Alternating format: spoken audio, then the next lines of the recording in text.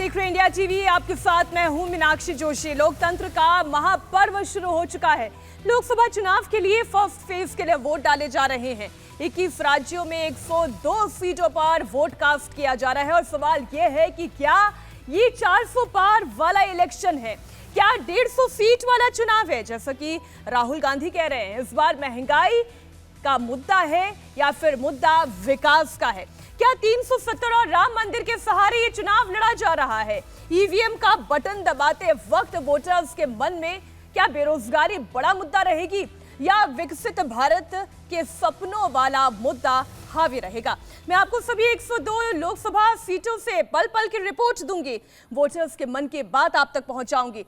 नेताओं के क्या क्या दावे हैं, क्या इरादे हैं, वो भी आप देखेंगे। लेकिन सबसे पहले बात वोटिंग परसेंट की कर लेती हूं। जब लोकसभा चुनाव की 102 सीटों पर फर्स्ट फेज के लिए पिछले 3 घंटे से लगातार मतदान जारी है। उत्तर प्रदेश की सबसे पहले बात कर लेते हैं। उत्तर प्रदेश से लेकर बंगाल तक, तमिलनाडु से लेकर उत्तराखंड तक वोटर्स में जबरदस्त उत्साह देखने को मिल रहा है। सुबह 10 बजे तक बम्पर वोटिंग की खबर आई है। करीब 14% से ज्यादा मतदाताओं ने अब तक मताधिकार का प्रयोग कर लिया है। बात सबसे पहले उत्तर प्रदेश की, तो इसमें वो नंबर 1 दिखाई दे रहा है। हालांकि बंगाल में भी 18% तक वोटिंग हो गई है। उत्तर प्रदेश में 15%। बिहार की बात की जाए तो यहां पर भी मतदान की प्रक्रिया बड़ी तेजी से चल रही है। राजस्थान में अब तक 15% मतदान हो चुका है। वहीं अगर मध्य प्रदेश की बात करें तो 17% वोटर्स वोट कास्ट कर चुके हैं। तमिलनाडु, जहां पर एक साथ 39 सीटों पर मतदान हो रहा है, यहां पर 12% मतदान हो चुका है। उत्तराखंड और असम में 14% मतदान हुआ है। उत्तराखंड की 5 सीटों पर एक साथ आज वोटिंग चल रही है। सुबह 7 बजे से ही मतदान केंद्रों पर वोटर्स की लंबी कतार देखने को मिल रही है। पहले चरण में करीब 17 करोड़ वोटर्स अपने मताधिकार का इस्तेमाल कर रहे हैं। नरेंद्र मोदी को अगर 400 पार जाना है तो इस पहले चरण में बीजेपी को अच्छा परफॉर्म करना होगा, क्योंकि अगर 2019 के लोकसभा चुनावों से इन 102 सीटों को आप कंपेयर करिएगा तो फर्स्ट फेज ही बीजेपी के लिए सबसे टफ मानी जा रही है। 2019 के लोकसभा चुनावों के नतीजों को अगर आप देखिएगा तो इस बार इंडिया अलायंस को अपर एज दिखाई दे रही है। अगर यहां 39 सीट यानी कि तमिलनाडु की 39 सीटों पर अगर बीजेपी कमाल दिखा देती है, कमाल खिला देती है, तो वाकई में ये सबसे बड़ा टर्नओवर साबित होगा बीजेपी के लिए। अब बात कर लेते हैं उत्तर प्रदेश की। उत्तर प्रदेश की 80 लोकसभा सीटों में से 8 सीटों पर आज मतदान जारी है, जहां बिजनौर में अब तक 15% मतदान हो चुका है। कैराना की बात की जाए 16% मतदान हुआ है। मुरादाबाद 13% मतदान हुआ है। मुजफ्फरनगर की बात की जाए 14% मतदान हुआ है। नगीना में 16% और पीलीभीत में 17% मतदान हुआ है। और तस्वीरें इस वक्त हम आपको क्षेत्रवार बता रहे हैं, राज्यवार बता रहे हैं। उत्तर प्रदेश में देखिए 15% मतदान हुआ है। मैं जरा इस स्क्रीन के नजदीक पहुंच जाती हूं और आपको बताती हूं ग्राफिक्स के जरिए किस तरीके से मतदान की प्रक्रिया तेजी से चल रही है। इस वक्त अगर आप देखें पश्चिम बंगाल में 18% मतदान हो चुका है। वहीं अगर बात की जाए उत्तर प्रदेश की तो 15% मतदान उत्तर प्रदेश में हो चुका है। अगर बात बिहार की जाए तो 12% मतदान अब तक बिहार में हो चुका है। बिहार में अगर परफॉर्मेंस देखें तो बीजेपी और जेडीयू के अलायंस ने 2019 में भी जबरदस्त कमल खिलाया था। अगर एनडीए के रिपोर्ट को आप देखिएगा तो 80% नंबर यहां से हासिल हुए थे। लेकिन इस बार के चुनाव में क्या होने जा रहा है, मतदाताओं के मन में क्या है, ये देखने वाली बात होगी, क्योंकि मुद्दा जाति का भी उठा है, मुद्दा रोजगार का भी उठा, मुद्दा महंगाई का भी उठा और मुद्दा राम मंदिर का भी उठा, सनातन का भी उठा। अब हम उत्तर प्रदेश की 8 सीटों की बात कर लेते हैं। बिजनौर की बात करें तो 15% मतदान बिजनौर में हो चुका है। कैराना की बात करें जहां पर बार बार चर्चा होती है कि हिंदू किधर, मुस्लिम किधर, यहां पर 16% मतदान हो चुका है। ये वो सीटें मैं आपके सामने रख रही हूं जहां पर इस वक्त मतदान की प्रक्रिया तेजी से आगे चल रही है और मुस्लिम मतदाताओं का डोमिनेंस, मुस्लिम मतदाताओं का प्रभुत्व इस इलाके में दिखाई देता है। यहां पर आपको जानकारी दे दें, अगर नगीना की बात करें तो यहां पर 16% मतदान हो चुका है। पीलीभीत की बात करें जहां से वरुण गांधी चुनाव लड़ते आए हैं, जीतते आए हैं, लेकिन इस बार यहां पर समीकरण बदल चुके हैं। 17% पोलिंग यहाँ पर हो चुकी है। अगर मुजफ्फरनगर की बात करें, मुजफ्फरनगर वो क्षेत्र जहां से संजीव बालियान इस बार हैट्रिक लगाने की कोशिश में संजीव बालियान का मुकाबला, हालांकि आप त्रिकोणीय कह सकते हैं, लेकिन असली मुकाबला संजीव बालियान का इंडिया अलायंस के नेता के साथ है। लेकिन तस्वीर एक बार फिर से आपको पश्चिम बंगाल की दिखा रही हूँ। पश्चिम बंगाल जहां पर आज जबरदस्त तनाव देखने को मिला। कूच बिहार में आप देखिए झड़प दिखाई दी है। तस्वीरें लगातार हम आपको दिखाते रहेंगे और परसेंटेज बताते चलेंगे कि कितनी तेजी से मतदान की प्रक्रिया इस वक्त चल रही है। ये तस्वीरें आप देखें, कूच बिहार की तस्वीरें, तमिलनाडु की तस्वीरें, हर इलाके से ये तस्वीरें हमारे सहयोगी आपके लिए लेकर आ रहे हैं।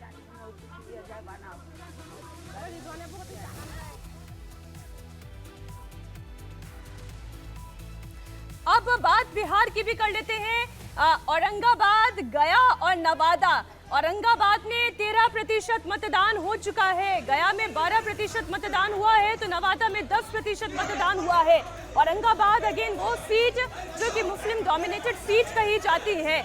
यहाँ पर क्या हिंदू वोटर कंसोलिडेट होता है? औरंगाबाद में क्या बीजेपी और नीतीश कुमार जेडीयू का ये अलायंस कमल खिला देता है?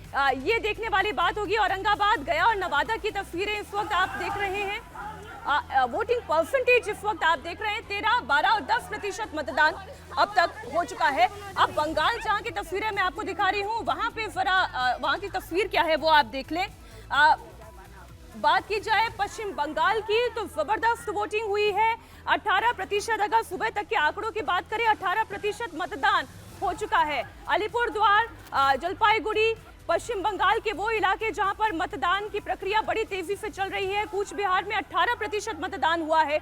अलीपुरद्वार की बात करें 19% मतदान, सबसे अधिक अलीपुरद्वार में 19% मतदान हुआ है। जलपाईगुड़ी में 17% मतदान हो चुका है। बंगाल में एक और जहां बम्पर वोटिंग हो रही है, तो वहीं दूसरी ओर चुनावी हिंसा का ट्रेलर भी पश्चिम बंगाल में देखने को मिल रहा है। कूच बिहार में जबरदस्त हिंसा हुई है, ऐसी हिंसा जहां पर बीजेपी के नेता को भी चोट आई है। तस्वीरें हम आपको दिखा दें, अस्पताल में उनका इलाज किया जा रहा है। बीजेपी के कार्यकर्ता ये आरोप लगा रहे हैं कि मतदाताओं को पोलिंग बूथ तक पहुंचने से रोका जा रहा है। टीएमसी कार्यकर्ताओं ने बीजेपी समर्थकों पर पथराव किया। बताया ये जा रहा है कि इस पूरी पत्थरबाजी में कई लोगों को चोटें आई हैं। एक बार जरा तस्वीरें आप गौर से देखिएगा। ये पश्चिम बंगाल का चुनावों का रक्त रंजित इतिहास एक बार फिर से बोल रहा है। हालांकि जो सिक्योरिटी फोर्सेस है वो मौके पर मौजूद है, लेकिन कितना वो कंट्रोल कर पाई ये देखने वाली बात होगी। ये देखिए किस तरीके से मारपीट हो रही है, किस तरीके से हाथापाई हो रही है। ये वही पश्चिम बंगाल है जहां पर अगर हम ओपिनियन पोल की माने तो बीजेपी अपना दायरा बढ़ा रही है। तो क्या यही डर टीएमसी के समर्थकों को, टीएमसी के कार्यकर्ताओं को सता रहा है कि इस बार ममता दीदी के हाथ से बंगाल बिछड़ने वाला है और इसलिए मतदाताओं पर दबाव बनाया जा रहा है? सवाल ये भी कि आखिर मतदाताओं को पोलिंग बूथ पर जाने से कौन रोक रहा है और क्यों रोक रहा है?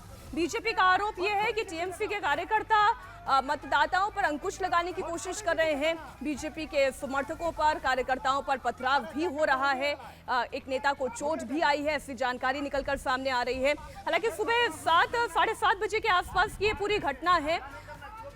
फिलहाल माहौल को शांत करा लिया गया है, घायलों का उपचार अस्पताल में किया जा रहा है, लेकिन सवाल वही कि आखिर ये हो क्या रहा है बंगाल में?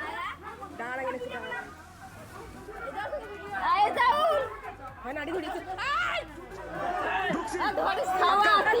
बना दे, नहीं वीडियो बना दे, तब वीडियो बना दे।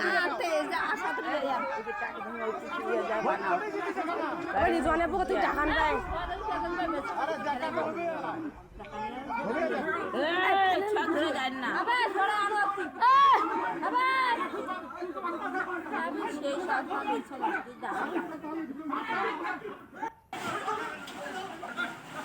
पहले चरण के रण की ये 6 तस्वीरें इस वक्त आप देख रहे हैं जहां पर बम्पर वोटिंग चल रही है। अगर हम मध्य प्रदेश की भी बात करें, जहां पर कमलनाथ छिंदवाड़ा से अब तक चुनाव लड़ते आए हैं, लेकिन इस बार आप देखिए वो यहां पर समर्थन दे रहे हैं अपने।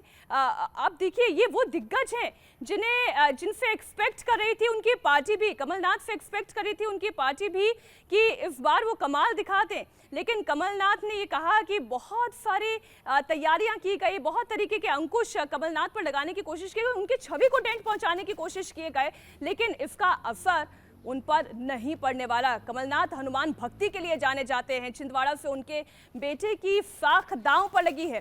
कमलनाथ ने पूरे परिवार के साथ आज हनुमान मंदिर में दर्शन पूजन किया, बेटे नकुलनाथ की जीत के लिए कामना की। देखिए ग्राउंड रिपोर्ट छिंदवाड़ा से।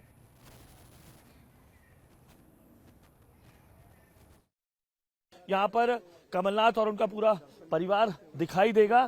तस्वीरें आपको यहाँ पर दिखाई दे रहे हैं। उनके साथ अगर आप देखेंगे तो नकुलनाथ भी दिखाई दे रहे हैं जो सांसद हैं अभी यहाँ छिंदवाड़ा से, साथ में उनकी पत्नी प्रियानाथ और अलका नाथ भी यहाँ पर आपको तस्वीरों में साफ तौर पर दिखाई दे रहे हैं। ये आन बान शान, ये जो छिंदवाड़ा में कमलनाथ के समर्थक हैं ये मानकर चल रहे हैं कि आन बान शान की लड़ाई है कमलनाथ की। नकुलनाथ को जीत दिलाने का ये जो काफी बड़ा संघर्ष है, ये एक तरीके से कहा जाए तो उनके समर्थक मानते हैं। और यहाँ पर अब हनुमान मंदिर वहां पहुंचे। साथ में अगर तस्वीरों में हम दिखाएंगे तो पूरा परिवार इस वक्त मौजूद है। 44 साल का जो लंबा वक्फा है वो कमलनाथ का जुड़ा हुआ है यहाँ पर छिंदवाड़ा में।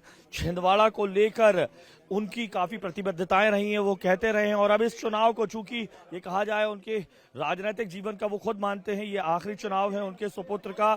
और वही वो ये बात भी करते आए हैं कि मैंने अपना पूरा जीवन छिंदवाड़ा के लिए दिया है और आखिरी सांस तक छिंदवाड़ा में रहूंगा। मैं और नकुलनाथ आपको और छिंदवाड़ा को विकास के मार्ग पर आगे ले जाएगा। ये इसी सीट पर अब आप देख सकते हैं, ये छिंदवाड़ा का शिकारपुर है जहां के हनुमान मंदिर पर अक्सर जो है वो सर नवाकर ही किसी भी राजनीतिक कार्यक्रम की शुरुआत करते हैं। नकुलनाथ भी दिखाई दे रहे हैं, दूसरी बार सांसद का चुनाव लड़ रहे हैं। 2019 में भी जो इकलौती सीट कांग्रेस के पास थी वो यही सीट थी छिंदवाड़ा की, जहां पर नकुलनाथ चुनाव जीते थे। और यहां से तकरीबन 10 बार कमलनाथ अब तक जो है वो सांसद का चुनाव जीत चुके हैं। छिंदवाड़ा में भी आज वोटिंग की प्रक्रिया जारी है। कमलनाथ के सामने अपना गढ़ बचाने का चैलेंज है। कमलनाथ ने मंदिर में दर्शन पूजन का वोट कास्ट किया। छिंदवाड़ा में एक बार फिर कांग्रेस को अपनी जीत का भरोसा है, यह भरोसा जताया गया। हमारे साथ यहाँ पर आपको कमलनाथ जी दिखाई दे रहे हैं। सर, 44 सालों का आपका जो सफर है, यहाँ पर आप वोट की अपील कर रहे हैं अपने पुराने अनुभव। मुझे छिंदवाड़ा की जनता पर पूरा विश्वास है। हाँ। वे सबसे बड़े गवाह हैं और सच्चाई का साथ देंगे। सर, क्या मुद्दे आपको समझ में आ रहे हैं जिसको लेकर यहाँ पर लड़ाई लड़ी जा रही है? किस तरीके से छिंदवाड़ा के भविष्य का सवाल है। आपको क्या लगता है बीजेपी किस तरीके से घेरने की कोशिश कर रही थी? सब पूरी तरह उन्होंने घेरा। उनके सब बड़े नेता, सब बड़े नेता, पैसा, प्रशासन जो कर सकते थे किया। आप जनता से क्या अपील कर रहे हैं? साइड हो जाए जनता से अपील